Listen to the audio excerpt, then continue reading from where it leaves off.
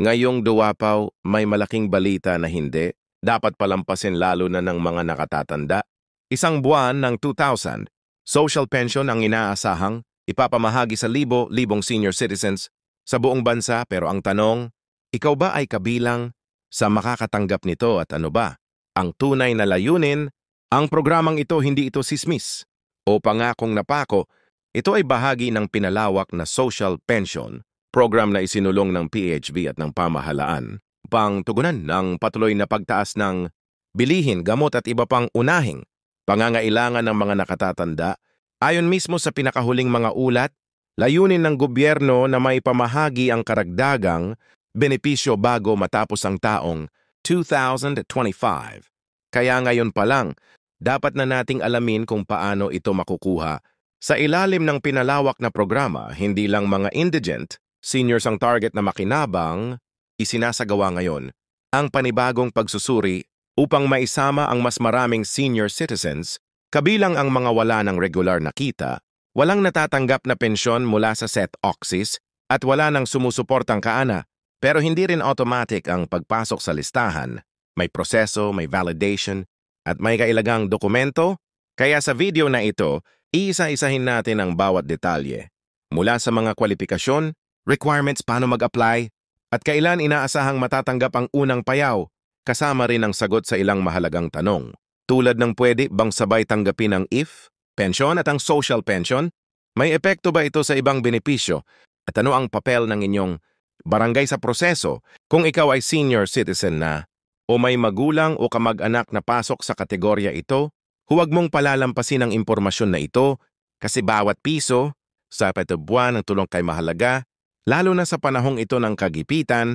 Sa panahon ngayon, bawat tulong na galing sa gobyerno ay napakalaking tulong ginhawa para sa mga ordinaryong Pilipino, lalo na sa ating mga senior citizens na matagal nang naglingkod para sa kanilang pamilya at bayan. Isipin mo na lang, matapos ang maraming taon ng pagtatrabaho, biglang darating ang panahon na halos wala ka ng kinikita, wala nang pinagkukunan ng regular na pera at umaasa ka na lang sa mga anak o apo mo para sa pagkain, gamot at iba pang kailangan.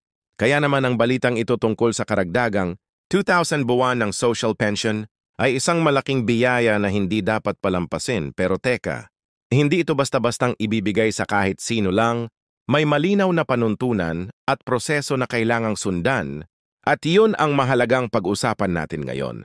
Para hindi ka maligaw, hindi ka mabiktima ng maling impormasyon, at higit sa lahat siguradong ikaw o ang mahal mo sa buhay ay mapabilang sa mga tunay na makikinabang sa programang ito. Ayon sa pahayag ng Department of Social Welfare and Development, the day ang layunin ng bagong social pension program ay hindi lang basta mag-abot ng ayuda. Gusto nilang siguraduhin na ang mga matatanda nating kababayan ay mabigyan ng dignidad, seguridad at suporta.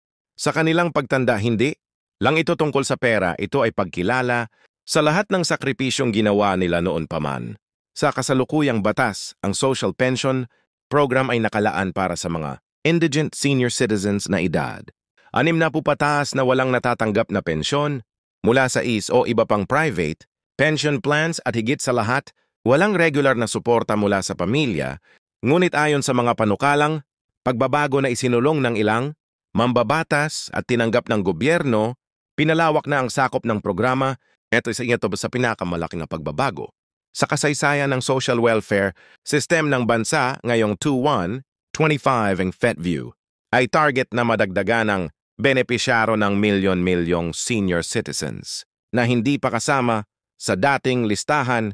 Mag-isa ito sa mga hakbang upang masakop ang mga tiner o yung mga hindi man indigent sa papel pero halatang halata naman nakapus din sa buhay. Kaya't kung ikaw ay kasalukuyang hindi kasama sa mga tumatanggap ng social pension pero pasok sa edad at wala ka ring natatanggap na pensyon mula sa ibang ahensya, malaki ang posibilidad na maisama ka na ngayon. Ngunit paano nga ba ang proseso? Una sa lahat, kailangang magtungo sa pinakamalapit na FB field office o sa inyong barangay hall upang magtanong kung may isinasagawang revalidation or updating ng listahan ng mga senior citizens. Karaniwan ng barangay health workers o social workers ang unang nagche-check kung sino-sino ang kwalipikado. Kung sakaling hindi ka pa na interview or wala ka pa sa listahan, maaari kang mag-request ng assessment. Yan man document na kailangan ay karaniwang government-issued barangay certificate na nagpapatunay na ikaw ay residente ng lugar at affidavit kung ikaw ay walang regular na kita o pensyon. Mahalaga ring patunayan na ikaw ay tunay na nangangailangan. May mga pagkakataon na bibisitahin pa ng social worker ang iyong bahay upang tiyakin ang kondisyon mo. Kung totoo bang ikaw ay walang sapat na suporta, kapag ikaw ay naaprubahan ng buwan ng dutusan ay ipapadala na sa iyo sa pamamagitan ng direct payout sa barangay o dikay, cash card kung saan mo ito maaaring. I withdraw buwan-buwan. May ilang senior na nagulat dahil may dumating na lang daw na text o sulat mula sa selfie na sila ay makakatanggap ng benepisyo, kaya't napakahalaga na ang iyong contact details ay updated. Kung may cellphone ka, siguraduhing bukas ito palagi. Kung wala naman pakiusap sa isang kamag-anak na may access sa internet o phone, natulungan kang bantayan ng updates. Marami ring nagtatanong, pero pwede ba akong tumanggap ng social pension kahit may maliit na negosyo ako o may tumutulong sa akin paminsan-minsan? Ayon sa SETI, hindi ka agad-agad madi-disqualify. Ang mahalaga ay masusing evaluation kung sapat ba ang natatanggap mo para sa iyong pang-araw-araw na buhay. Kung maliit lang ang kita mo at hindi regular, maaari ka pa ring isaalang-alang, ngunit tandaan, kung ikaw ay kasalukuyang tumatanggap ng pensyon mula sa SIS, malaki ang posibilidad na hindi ka nakasama sa programang ito, kaya't para sa mga seniors na walang ganitong benepisyo, ito na ang pagkakataon para makakuha ng tulong. Marami rin ang nagtataka kung bakit ngayon lang ito inilunsad at bakit hanggang at 25 lang ang totoo.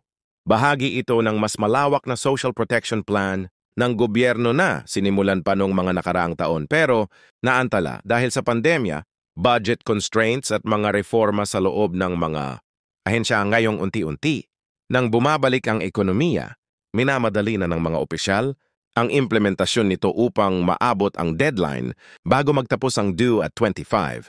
Kaya ngayon ang tamang panahon para kumilos. Isa pa sa mga dapat mong malaman ay ang papel ng lokal na pamahalaan. Hindi lahat ay hawak ng national o ang coordination ng mga pangalan. Distribution ang ayuda at validation ay kadalasang isinasagawa sa level ng o barangay. Kaya kung may problema o pagkaantala sa pagproseso ng iyong application, huwag agad magreklamo online.